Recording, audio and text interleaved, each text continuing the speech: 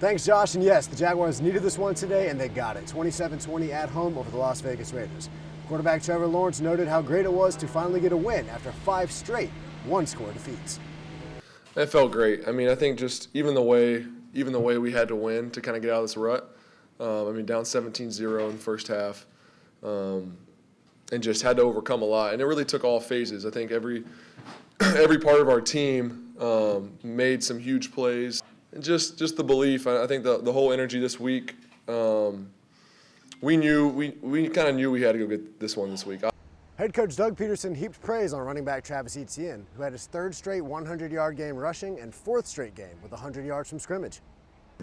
We're going to keep, using him in situations to be successful. He made some tough runs in the second half. He's still learning. That's the thing that I'm excited. He's still learning how to run the football, and where to run it sometimes. But he's got so much talent. The Jaguars will look to build on this win next week against one of the toughest teams in the NFL, the Kansas City Chiefs. Back to you guys. What's up, Ospreys? I'm Austin Maida. Welcome back in for another episode of Football Focus on Inside Swoop and 90, where I let you know which games you should be watching this weekend. First up, college, where it's a bit of a light slate this week, but there are a few good games, including my 3rd favorite, number 1 Georgia at Kentucky. The Bulldogs are 2 wins away from a 2nd straight undefeated regular season, and this weekend they go on the road to face the talented yet inconsistent quarterback Will Levis. My number 2 game is TCU at Baylor. The 4th-ranked Horned Frogs are on the precipice of their first ever college football playoff berth. Waco, Texas has been the site of massive upsets before, and TCU will need to avoid that to keep their dream season going. Finally, my top college game is the battle for Los Angeles as number 7 USC goes to the historic Rose Bowl to face crosstown rival number 16 UCLA. The Trojans are making their case to the playoff committee, and the Bruins would love nothing more than to spoil the argument for their conference foe. Now to the NFL, where at number 3 I have the Eagles at the Colts. This one's intriguing because we get to see how the Eagles bounce back after their first loss. But also, imagine if new Colts head coach Jeff Saturday beats the best team in the league just 2 weeks after he was sitting on the ESPN news desk. At number 2, I have Chiefs at Chargers. The Chargers have been banged up all year, but still have a supremely talented roster, capable of winning any Sunday. The main draw to this one is the quarterback matchup, young slinger Justin Herbert against the guy who, for some reason, is being overlooked this season, yet is still the best in the league, Pat Mahomes. My top game in the NFL this week is Cowboys at Vikings. Dallas is great, but needs to rebound after a loss to Green Bay. Minnesota is rolling at 8-1, yet the masses haven't seemed to accept them as a true contender. Maybe that changes with a win over the Cowboys. Ospreys, thanks again for tuning in to Football Focus. I'm Austin Maida. I hope y'all have a fantastic weekend. Thanks, Tony. And yes, the Jaguars scored a huge home win over the Baltimore Ravens, 28-27. Quarterback Trevor Lawrence noted that the team would be on the wrong side of close defeats several times this season, so it was nice to get this one.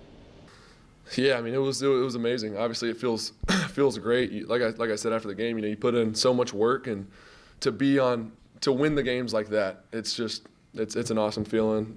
Nothing like it. It's super cool. And like I said, though, we've been on the other side, so we understand what that feels like too. And I think we're just appreciative of where we are, how far we've come, kind of what's in front of us still. The Jaguars were down 7 when Lawrence hit Marvin Jones Jr. for a touchdown.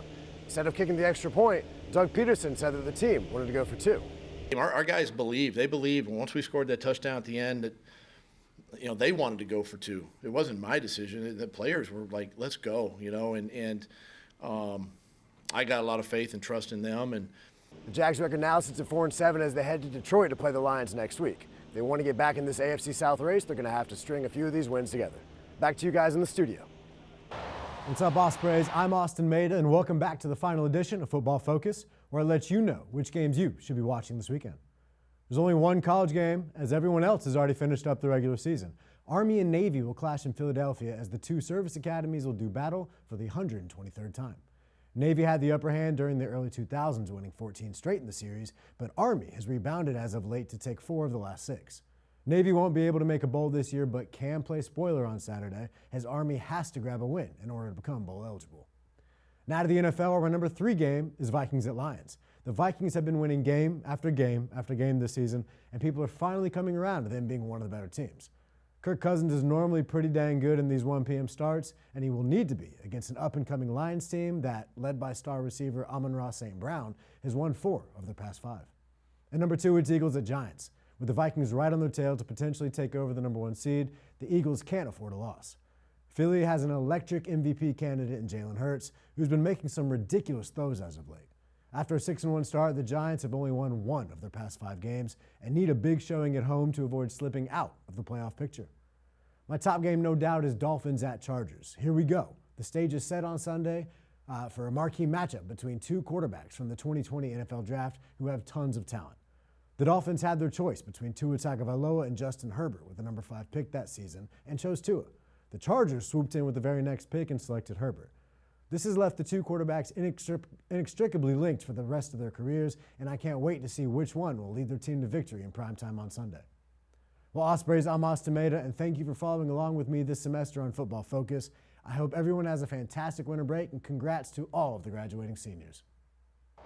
What's up, Ospreys? Welcome to the latest edition of Jags in 90. I'm Maida, here to give you the inside scoop on Inside Swoop. Well, folks, it was a terrible, horrible, no good, very bad day on Sunday for the Jaguars as they went up to Detroit and got throttled by the Lions 40-14. Feels like the dam finally broke in this one as the team got blown out for the first time all season. Now, I hate to do these recaps with too much negativity, but honestly, that's all we have from Sunday, so let's get to it. First and foremost, it's on the defense, which has taken a nosedive since some early season promise.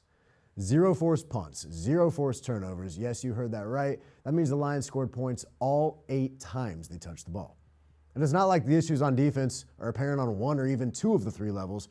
No, it's all 3 levels of defense, and it's an indictment on how the GM, scouts, and coaches have formed the unit. In the backfield, underperforming big money free agents and wasted first-round picks leave them unable to cover anyone. In the middle, the team drafted a first-round linebacker who has already been benched. And on the D-line, the front office used the number 1 overall pick and the number 7 overall pick on pass rushers who appear unable to rush the passer. If there was a single good thing that happened Sunday, it's that franchise quarterback Trevor Lawrence avoided injury on a major hit to his legs, which left him on the turf for several minutes. Trevor getting seriously injured would have been the only way to make the day worse, if that were even possible. The Jaguars head to Nashville next week to play a Titans team which seemingly always outmuscles and punishes Jacksonville. With playoff chances gone, we can only hope this team uses the final month to get the young defensive players back on track because future seasons depend on it. Well, Ospreys, thanks for joining me for this Jags in 90 update. I'm Maida. I'll catch you next time.